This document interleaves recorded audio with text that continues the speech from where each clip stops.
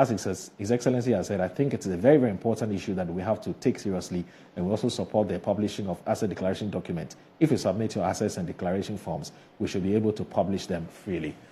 Is that the way to go? Publish them freely? So as President Mahama has done, we publish it, everybody gets to know what he has and what he doesn't have. Kwesi. Well, yesterday, when I heard that the president was going to declare his assets publicly, I actually thought that we were going to get into the details of what he has and what he doesn't have. Right. Unfortunately, what we saw was that the president just presented an envelope to the Auditor General. To the Auditor General.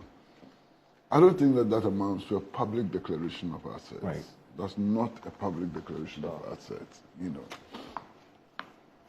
Now, I've read the Constitution very carefully, and in fact, the Auditor General is not required to open the envelope which was given to him. That is true. If you read the Constitution very carefully, all he has to do is receive the envelope and keep it there for 4 years. The only time that envelope may be opened, or its contents may be examined, are when SHRAD, a request is made by SHRAD, or a competent court, or I think an investigation authority or so. I think so, 3. That's the only time the envelope may be open. So it is very possible to declare your assets and it will never be open. Nobody would ever know what is in there if you follow this constitution. Yeah. You know. Then, the other problem with the declaration of assets is simply that spouses are not required to also declare their assets. So if you're a woman and you are married to a man, oh my God. My goodness. Then you can vest all your assets or most of your assets into your husband, you know, and no problem. You understand? Now the Constitution says that after every 4 years, you need to fill the declaration again. The Constitution says that any additional asset acquired whilst you are in office, which cannot be traced to your income or inheritance or something else, will be deemed to be illegally acquired. But, my friend, 99.95% of people who are holding public office, their declarations will never become public. So what's the point? Should we get there? Yeah, of course. I mean, if you want to occupy public office, there is the presumption that your life will no longer be private. And I think that's where we should get. You know, public office holders must understand that they can no longer hide under privacy provisions in the law and so on. And I think we should get there. Okay. If you don't want your life to be scrutinized, stay in your private lane. If you don't want your assets to be known and evaluated and so on, stay in your kitchen. Doc, you agree? I mean, yeah, this is that we all have to obey. You declared your duty. Yeah, at the 8th Parliament I did. You did. So I have 2 more months for me to do the one for this Parliament, and I'll do it. Okay. I'll do it. But you're supposed to declare twice. You declare at the beginning, and then at the end of 4 years, you it is mandatory to declare again. Yeah, that's what the Constitution says. But also, you declare 3 times. But also, Mr.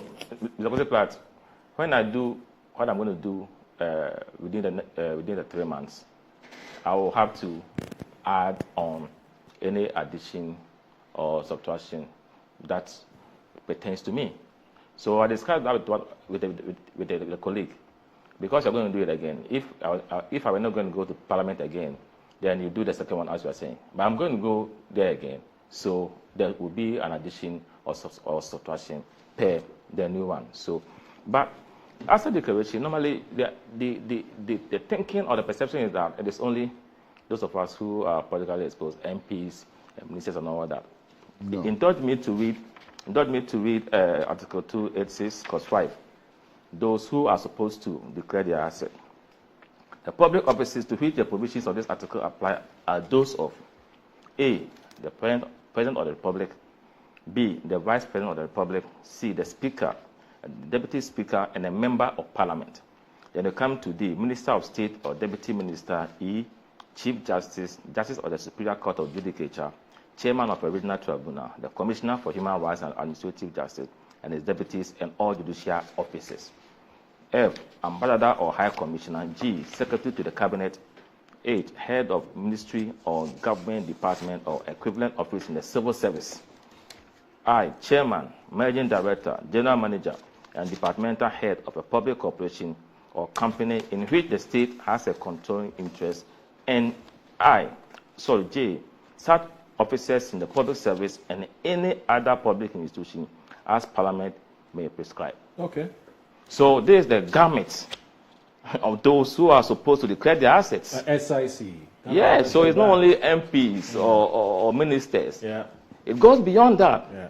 But normally the idea is that it's only us. So we must demand on all these institutions. I don't think they've been left out, have they? No, but maybe the focus of the conversation is usually on we need to broaden it deputy, to president, vice yeah, president. but Yeah. most of these persons don't do. I'm telling you. So They don't? Yes. Yeah. They don't. But then that's the fault of the Auditor General. Then he's supposed to insist yeah, that they do. But the Auditor General himself Yeah. is also supposed to declare his assets. Yeah. But he declares his assets to the President.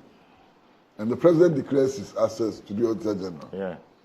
Yeah. So, I mean, we must all meet this constitutional obligation. At least, if you're a public office holder, you should understand that you are being scrutinized by the public.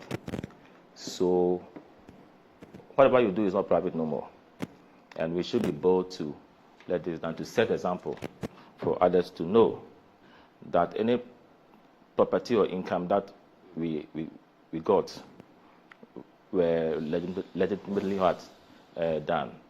The worry is that, as Kwesi said, when it is sealed, nobody opens it until something happens and you are being investigated. That is where the courts, investigator can request for its examination. If you can do more about it, I mean, why not? I mean, this is what I would say about. How about those who say that, it's all well and good? I mean, in principle, it makes sense that as a public officer, you don't have the right to now say that because, for whatever reason, you want to keep your assets or liabilities private. Once you decide that you want to become a public officer, it means that you must be prepared to, deal with the consequences of it. But there are some also say that when you do that, one of the dangers that could possibly be associated with it is that you will then open up this person to all manner of unnecessary pressure. Because now I know you have 10 cars, you have 20 houses, you have 10 million cedis, $10 billion in your account. So when I come to you now, you don't have a problem. That's not the problem. Really? Declaration of assets would mean, for example, that if you have life insurance policy, yes, it should be declared. It's an asset. True. Yes. So if you have life insurance policy, the beneficiaries know how much they will gain if they kill you. That's true. That's true. That's true. So there are consequences. Of course. If you make it public. Of course. And it's only going to make your work much harder with the pressure from foot soldiers. So why should we do? So why should we have it in the first place if these negative consequences? But do you think they are legitimate, valid concerns? I mean, people have concerns, but as long as you can justify how you just talked about monetizing our politics. If you're going back as a member of parliament you're going to contest again as member of parliament for Kwadaso, and now the public knows you have 10 houses. I'm not saying you do have 10 houses. And now the public the voters know what you have. Where from this assertion 10 houses. No, I'm saying in case. I'm just assuming you had 10 I thought houses. you said mostly. Okay, Yeah. so I'm assuming you had 3 houses, or with whatever number of properties or assets that you have. That is now going to shape, or to some extent inform, what their expectations should be in terms of what they expect from you.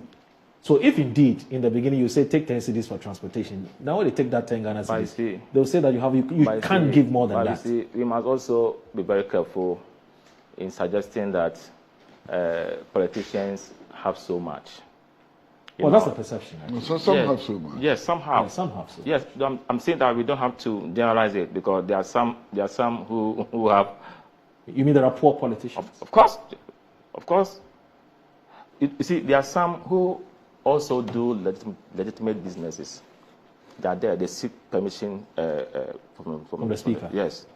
Okay, Office of Profits, and they work. And we know some of them in Parliament who have a lot of resources. And there are some too who don't know how to do business and who don't also have much. Okay. So can you imagine somebody came to my house and said that, Member of Parliament, I get free provisions, I have security, everything free for me. And I said, where do you get this from? As Member of Parliament, I buy my own fuel. I pay my driver. My security, I pay my security. From what I'm giving at the end of the month. It's when you're a Minister of State that we get some of these specs. Okay, but that is the perception there. Who gives me provisions? But it is out there. So everybody thinks that being a Member of Parliament, you have a lot of money. And there is something that we must also educate the public about. That puts that undue pressure on us. And the impression we create that you go into public service to make money.